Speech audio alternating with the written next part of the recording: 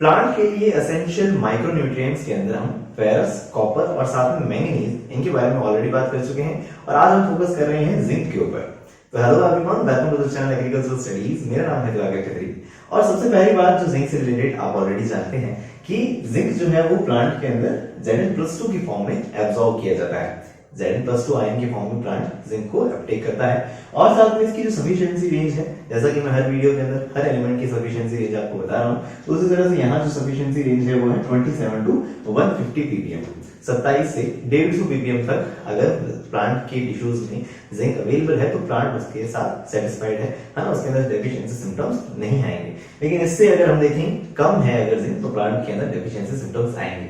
तो क्या है वो डेफिशिएंसी सिम्टम्स और साथ में इसकी क्या रोल है, इसका क्या अलग फंक्शंस हैं, इन सभी चीजों के बारे में इस वीडियो में हम फोकस कर रहे हैं, राइट। तो हम यहाँ देखते हैं कि एसेंशियलिटी जो है जिंक की, जिंक प्लांट के लिए जरूरी है, इस बात को किसने बताया था? तो हम देख सकते हैं सोमर एंड लिपमैन। इन दो साइंटिस्ट का नाम हम जरूर याद रखें, सोमर एंड लिपमैन। तो आप कहेंगे क्यों भाई, ये कोई दो स्पेशल लोग हैं क्या, इनका नाम ही याद रखना जरूरी है? बिल्कुल, इनका तो रखना जरूरी है ही, लेकिन साथ में जो अलग अलग जितने भी एलिमेंट्स हैं जिनके बारे में पहले भी आपको बता चुका हूं, अगर उस वक्त आपने याद नहीं किए थे वो सारे एलिमेंट के सारे साइंटिस्ट, आप उन्हें जरूर याद कर लीजिएगा। मेरी कोशिश है फिर से आपके सामने वो एक लिस्ट वापस प्रेजेंट हो जाए, है ना। तो आप उन्हें देखिएगा, नाइट्रोजन, एनपीके, सीएमजीएस, इन सभी का कहीं ना कहीं साइंटिस्ट उसके अंदर लिखा है कि किसकी एसेंशियलिटी किसने बताई थी। हाँ, जैसे कि Fe का एग्जांपल मैंने पहले भी लिया है, Fe, ई आ रहा है तो मैं ई ग्रिस से जोड़ देता हूँ, Fe ग्रिस, मैं ऐसे याद रखता हूँ, Fe ग्रिस, यानी मेरे को याद रहता है आयरन की एसेंशियलिटी Fe ग्रिस ने बताई थी, और सॉरी ई ग्रिस ने बताई थी। तो कहने का मतलब ये है कि जितने भी एलिमेंट्स हैं, जैसे बोरॉन का हम देख सकते हैं वारिंगटन, है ना, तो उन्होंने बताई है। अब ये वारिंगटन मुझे कैसे याद रहता है, तो मैं ऐसे याद रखता हूँ, वो मतलब बोरॉन जो है वो बोरिंग चीज है, बोरिंग चीज है, तो पहुंच जाओ कहाँ, वॉशिंगटन डीसी। वॉशिंगटन डीसी जो है ना, वहां जाके कुछ इंटरेस्टिंग हो सकता है। तो मैंने ऐसे नेमोनिक बना रखी है कि कुछ बोरिंग बात हो तो वॉशिंगटन को याद करो, और वॉशिंगटन को याद करता हूँ तो मेरे को वारिंगटन याद आ जाता है। तो कहने का मतलब ये हुआ कि इस तरह से मैंने कुछ ट्रिक्स बना रखे हैं, कुछ नेमोनिक्स बना रखे हैं, आप भी उस तरह से उन सारे साइंटिस्ट को याद कर लीजिएगा क्योंकि वो सारे इंपॉर्टेंट है। ओके, तो अभी वापस फोकस करते हैं जिंक के। तो जिंक के कौन है, तो हमने जाना सोमर और लिपमैन। ओके, अब फंक्शंस के ऊपर फोकस कर लेते हैं कि क्या इंपॉर्टेंट फंक्शंस हैं जिंक के। सबसे पहला फंक्शन जो है वो है कॉन्स्टिट्यूएंट ऑफ 3 एंजाइम्स। क्या है कॉन्स्टिट्यूएंट्स ऑफ 3 एंजाइम्स? कौन से 3 एंजाइम्स? तो हम देखते हैं अल्कोहलिक डिहाइड्रोजनेज, कार्बोनिक एनहाइड्रेज और साथ में super oxide dismutase. Super oxide dismutase पिछले वीडियो में भी कहा था, एसओडी। इसका फंक्शन क्या रहता है, तो हम देख सकते हैं ये डिटॉक्सिफाई करता है जो रेडिकल्स होते हैं परऑक्साइड, या हम देख सकते हैं सुपर ऑक्साइड के जो रेडिकल्स हैं उन्हें डिटॉक्सिफाई करता है प्लांट के, तो उसे डिटॉक्सिफाई करने का काम है एसओडी का। और एसओडी में Fe, हमने वैक्यूम की बात करी थी कि ये चारों ही कहीं ना कहीं एसओडी में जुड़े होते हैं। दो नाम और याद रखने हैं, कार्बोनिक एनहाइड्रेज और साथ में अल्कोहलिक डिहाइड्रोजेज। इन तीनों ही एंजाइम में जिंक इन्वॉल्व है, तो उसे जरूर याद रखिएगा, ठीक है। और हम देखते हैं जिंक इज इन्वॉल्व इन, ये बहुत ज्यादा इंपॉर्टेंट पॉइंट है, मैंने यहाँ लिख भी रखा है इंपॉर्टेंट, है ना, तो अच्छे से याद कर लीजिएगा कि सिंथेसिस ऑफ आईएए। आईएए आप जानते हैं indole acetic acid, right. IAA का मतलब क्या है, indole acetic acid. Indole acetic acid के फॉर्मेशन के लिए जिंक जरूरी है। मेटाबॉलिज्म ऑफ जिब्रेलिक एसिड, जी मतलब यहाँ जिब्रेलिक एसिड है, तो जिब्रेलिक एसिड का मेटाबॉलिज्म जो है उसके लिए भी जरूरी है जिंक। साथ में हम देखते हैं सिंथेसिस ऑफ आरएनए, आरएनए का फॉर्मेशन जो होता है उसमें भी जिंक इन्वॉल्व है, याद रखिएगा इस चीज को। तो अब ये बात इंपॉर्टेंट है, साथ में यहाँ एक बॉक्स में मैंने अलग से बात लिख रखी है कि जो ट्रिप्टोफेन होता है, ट्रिप्टोफेन का कभी नाम सुना है, अमीनो एसिड्स वगैरह याद किए होंगे तो आपने याद किया होगा ट्रिप्टोफेन का नाम कभी, है ना। तो यहाँ ट्रिप्टोफेन जो है उसके अंदर ट्रिप्टोफेन सिंथेटेज नाम का एंजाइम वर्क करता है, वो एंजाइम उसके ऊपर वर्क करता है, तो हम देख सकते हैं उसमें जिंक इन्वॉल्व होता है। तो जिंक ट्रिप्टोफेन सिंथेटेज के लिए जरूरी है, तो मतलब ट्रिप्टोफेन को ऑक्सीन में बदलने के लिए कौन जरूरी है, जिंक जरूरी है। याद रखिएगा ऑक्सीन जो एक प्लांट हार्मोन है उसकी ग्रोथ के लिए जरूरी होता है, टिप्स की आगे से आगे ग्रोथ कराता है, प्राइमरी ग्रोथ कराता है, उन सब बातें आपने कभी किसी जमाने में याद करी होंगी ऑक्सीन से रिलेटेड। तो वो ऑक्सीन के लिए कौन जरूरी है, ऑक्सीन के फॉर्मेशन के लिए कौन जरूरी है, जिंक जरूरी है, जरूर याद रखिएगा, इंपॉर्टेंट है, ये बहुत ज्यादा इंपॉर्टेंट है। ये जो ये सेकंड पॉइंट है वो सबसे ज्यादा इंपॉर्टेंट पॉइंट है पूरी स्लाइड के अंदर, उसे अच्छे से याद रख लीजिएगा। और थर्ड पॉइंट है zinc plays important role in stabilization and structural orientation of what, तो हम देखते हैं मेम्ब्रेन प्रोटीन, जो सेल मेम्ब्रेन वगैरह जो है उनके प्रोटीन है उनको स्ट्रक्चरल और साथ में स्टेबलाइजेशन देता है कौन, जिंक, तो उसे भी याद रखते हैं। Fourth one is zinc influences translocation and transport of phosphorus in plant. याद करिए उस दिन जो हमने फास्फोरस की बात करी थी, फास्फोरस की बात करी थी, तो मैं आपको वहां भी बताया था कि जब फास्फोरस और जिंक एंटागोनिस्टिक इफेक्ट दिखाते हैं। एंटागोनिस्टिक इफेक्ट मतलब जिंक की अगर डेफिशिएंसी होगी तो फास्फोरस प्लांट के अंदर ज्यादा होगा। ठीक है, यहाँ लिखा है इन्फ्लुएंस करता है, ऐसा नहीं लिखा है कि बढ़ावा देता है। तो इसलिए यहाँ लिखा है कि जिंक की अगर डेफिशिएंसी होगी तो प्लांट में फास्फोरस की टॉक्सिसिटी हो सकती है। याद रखिएगा इस पॉइंट को, ये जरूरी पॉइंट है ना। अब जब मैं आपको वापस ले चला हूं कहा एंटागोनिस्टिक इफेक्ट के अंदर, तो आपको साथ ही साथ में वापस बताना चाहूंगा सिनर्जिस्टिक इफेक्ट के बारे में। सिनर्जिस्टिक इफेक्ट, एंटागोनिस्टिक इफेक्ट का मतलब तो समझते हैं आप।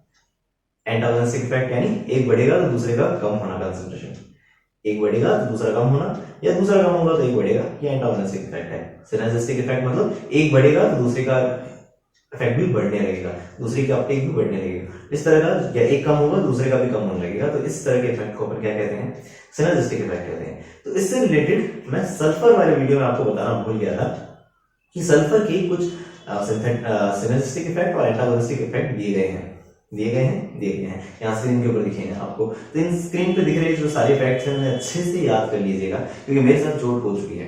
चोट कैसे हो चुकी है? क्योंकि JRF 2023 का जो एग्जाम था उसके अंदर मॉलिब्डेनम और सल्फर का एंटागोनिस्टिक इफेक्ट के ऊपर एक लाइन आई थी। क्या बोल रहा हूं मैं? सल्फर जो है मॉलिब्डेनम, मतलब सल्फर अगर बढ़ेगा तो मॉलिब्डेनम का अपटेक कम होगा, ये बात लिखी हुई थी।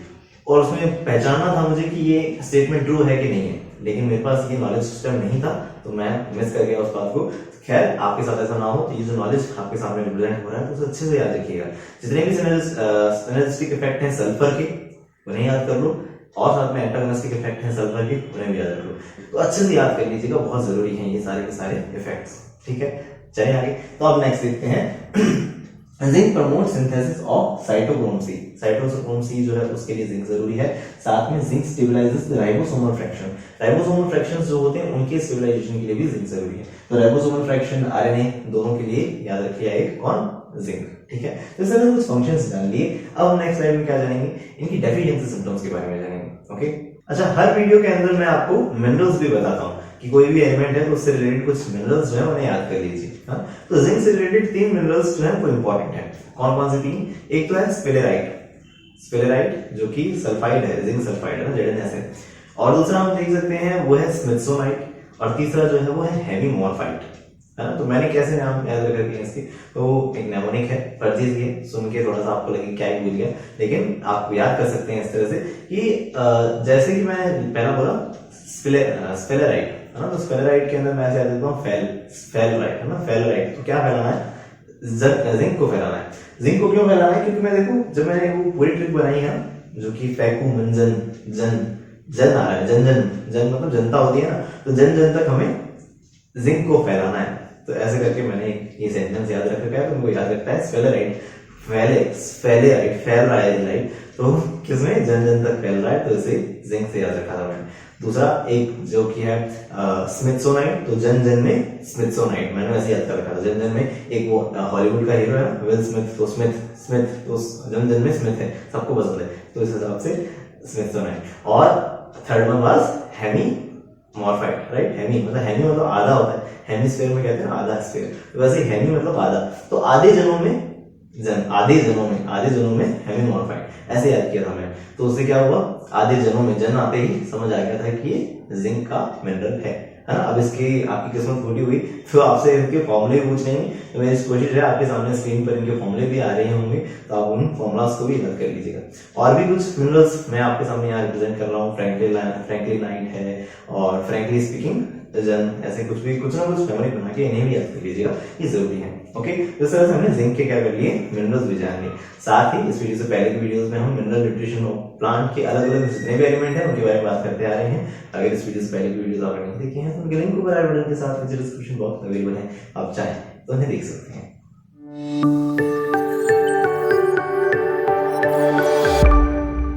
चलिए अब बात करते हैं डेफिशिएंसी सिम्टम्स ऑफ जिंक की। तो हम सबसे पहली बात ये याद रखते हैं कि eight middle part of the plant के मिडिल पार्ट के अंदर, ना ऊपर ना नीचे, मिडिल पार्ट के अंदर सबसे पहले सिम्टम्स जो है वो जिंक के देखे जाते हैं। उसके बाद ये सिम्टम्स पूरे प्लांट के अंदर फैल जाते हैं, यानी यंग लीव्स, ओल्डर लीव्स में फैल जाएंगे। अच्छा, जिंक क्या मोबाइल है या इमोबाइल कहते हैं हम इसे? लेस मोबाइल या इमोबाइल कह सकते हैं। इमोबाइल तो नहीं कहना चाहिए, लेस मोबाइल कह दिया जाता है। क्योंकि मोबाइल एलिमेंट तो वो 5 हैं, याद है। उसके बचे हुए जो भी उसके अलावा बचे हुए जो भी एलिमेंट्स हैं उन्हें हम क्या कंसिडर कर लेते हैं, लेस मोबाइल कंसिडर कर लेते हैं, कम मोबाइल होते हैं। तो जिंक कम मोबाइल है, तो इसकी डेफिशिएंसी कहाँ देखी जाएगी, यंग लीफ के अंदर। तो पर्टिकुलर यंग लीफ से पहले, मतलब हम कहेंगे जल्दी सबसे पहले सिम्टम्स कहाँ देखे जाते हैं, तो middle part of the plant में देखे जाते हैं, याद रखिएगा, है ना। और जिंक से रिलेटेड में कोई बात याद आती है, कौन सी बात, कि जिंक का जो अपटेक होता है वो डिफ्यूजन के रूप में भी हो सकता है, मास फ्लो के रूप में भी हो सकता है, और साथ में रूट इंटरसेप्शन के रूप में भी हो सकता है। वो 3 मैकेनिज्म्स होती हैं न्यूट्रिएंट अपटेक की, है ना। कभी किसी जमाने में नाम तो बड़े ही थे अपन, क्या, डिफ्यूजन, मास फ्लो और साथ में रूट इंटरसेप्शन। तो जिंक ऐसा एलिमेंट है जो तीनों ही फॉर्म के रूप में एब्जॉर्ब कर लिया जाता है, ठीक है, तीनों ही मैकेनिज्म से एब्जॉर्ब कर लिया जाता है। ओके, तो कहने का मतलब ये हुआ, एक पॉइंट याद आया तो बता दिया, ठीक है, आप भी नोट करके लिख लीजिएगा क्योंकि एग्जाम में आ सकता है। खैर, अभी हम देखते हैं कि डेफिशिएंसी सिम्टम्स में पहला डेफिशिएंसी सिम्टम्स जो हर बच्चे को बताया, जो एग्रीकल्चर जिसने ले ली तो उसने ये नाम तो जरूर सुना है, क्या, खैरा डिजीज, सुना है कि नहीं सुना। अगर आप जैसे बच्चे हैं जिसने खैरा डिजीज का कभी नाम ही नहीं सुना है, तो भाई साहब बहुत दिक्कत होने वाली है। ध्यान रखिएगा, ये ऐसा टर्म है जो हर किसी को पता होता है। तो खैरा डिजीज ऑफ राइस किसकी डेफिशिएंसी से है वो अगर याद नहीं है तो कोई बात नहीं, लेकिन खैरा नाम तो सुना हो, नाम तो सुना ही होगा, ये बहुत फेमस टर्म है। तो खैरा डिजीज ऑफ राइस जो है किससे होती है, तो हमें याद रखना है जिंक की डेफिशिएंसी से होती है। किसने डिस्कवर किया इन्हें, तो YL नेने, इनका नाम भी पूछा जाता है, तो इसे याद रखिएगा, YL नेने ने ढूंढा था, इस बारे में बताया था, जो कि है कहां से, GBP UAT जो यूनिवर्सिटी है वहां से। खैरा मुझे लगता है जगह का नाम है, इसलिए खैरा डिजीज कहा जाता है, यूपी के अंदर जो खैरा जगह है तो वहां से नाम लिया गया। होता क्या है खैरा डिजीज में, तो हम देखते हैं ब्राउनिश से या हम कह सकते हैं रेडिश से पिगमेंट्स देखे जाते हैं लीफ पे। राइस की जो लीफ होती है उसमें पिगमेंट्स डेवलप होने लगते हैं, वो पिगमेंट्स आगे बढ़ते जाते हैं, फैलने लगते हैं, पत्तियां मरने लगती हैं, पत्तियां मरेंगी तो फोटोसिंथेसिस नहीं होगा और अल्टीमेटली प्लांट मर जाएगा। तो इसलिए कहने का मतलब खैरा डिजीज इंपॉर्टेंट है, किसकी डेफिशिएंसी से, जिंक की डेफिशिएंसी से। ओके, सेकंड, ये भी बहुत इंपॉर्टेंट है, पिछले वीडियो में भी बताया था, white bud of maize and sorghum.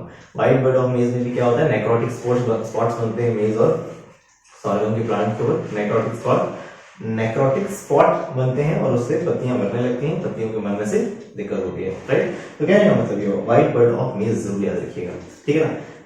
मैंने ऐसे याद किया था, मेज आ रहा है तो क्यों, तो मैं से याद कर लेता था जिंक, जिंक कुछ याद कर पा रहे हो, मेज जिंक, है ना। मेज की कुछ और भी प्रॉब्लम्स होती हैं, लेकिन मैं व्हाइट बर्ड ऑफ मेज बोलते हैं, जैसा white bud of maize, white bud of sorghum बोलो उसको, ऐसे प्रोनाउंस करने से क्या होगा, आपको याद रहेगा कि वहां जिंक था, ठीक है। और साथ में mottle leaf and frenching of citrus, ये तो मैंने पिछले वीडियो में बताया था, फ्रेंचिंग के नाम पे बहुत अजीब सी बातें की थी हमने, क्या है, तो कहने का मतलब ये फ्रेंचिंग ऑफ सिट्रस की बात करी थी। और यही मैंने कहा था ICAR JRF का जो एग्जामिनेशन था 2023 फिजिकल साइंस का जो एग्जाम था, फिजिकल साइंस के एग्जाम में आया था फ्रेंचिंग ऑफ सिट्रस, तो याद कर लीजिएगा जिंक की डेफिशिएंसी है, ठीक है। और मॉडल लीफ भी कहते हैं, लीफ के ऊपर धब्बे से आ जाना, वो भी जिंक डेफिशिएंसी है सिट्रस में।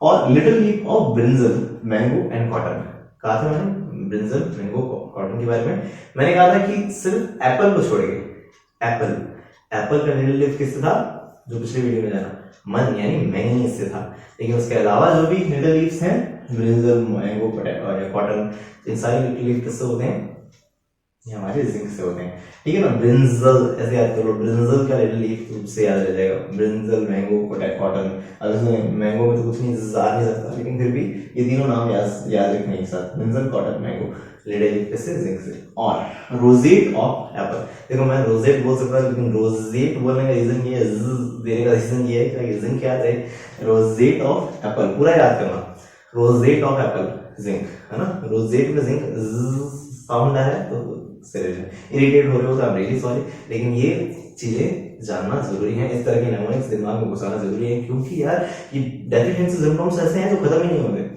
है ना। कहीं ना कहीं कुछ नेमोनिक जुड़ा होगा तभी एग्जाम में आप करेक्ट कर पाओगे, नहीं तो वो जो एग्जामिनर होता है ऐसे बढ़िया बढ़िया एग्जाम्पल्स आपके सामने रखेगा, 4 ऑप्शन में ऐसे रखेगा जो आपका दिमाग घूम जाएगा, आपको लगेगा यार हाँ यार कैल्शियम भी हो सकता है, हाँ यार ये भी हो सकता है, तो कंफ्यूज हो जाओगे। तो ऐसे कुछ घटिया सी ट्रिक्स बनी हुई होंगी ना, रोजेट तो एग्जाम में करोगे तो याद आ जाएगा कि हाँ जिंक था, ठीक है। तो खैर, fern leaf of potato, fern leaf कैसे, ऐसे मान लो फर्न की अपनी पर्टिकुलर लीफ होती है, तो वैसी लीफ हो जाएंगी पोटैटो में, तो उसके ऊपर जिंक डाल देना, दिमाग में ऐसी इमेज बनाओ कि लीफ की पोटैटो की लीव्स जो है फर्न जैसी हो गई हैं और आपने उसके ऊपर क्या छिड़क रहे हो, आप उसके ऊपर बैठ के जिंक छिड़क रहे हो। क्यों? क्योंकि उसमें जिंक की डेफिशिएंसी है। अब ऐसी इमेज जो बना लोगे तब आप एग्जाम में पक्का, मैं श्योर हूँ, गलत नहीं करोगे। ओके, तो इस तरह से आज हमने डेफिशिएंसी सिम्टम्स ऑफ जिंक जान लिए।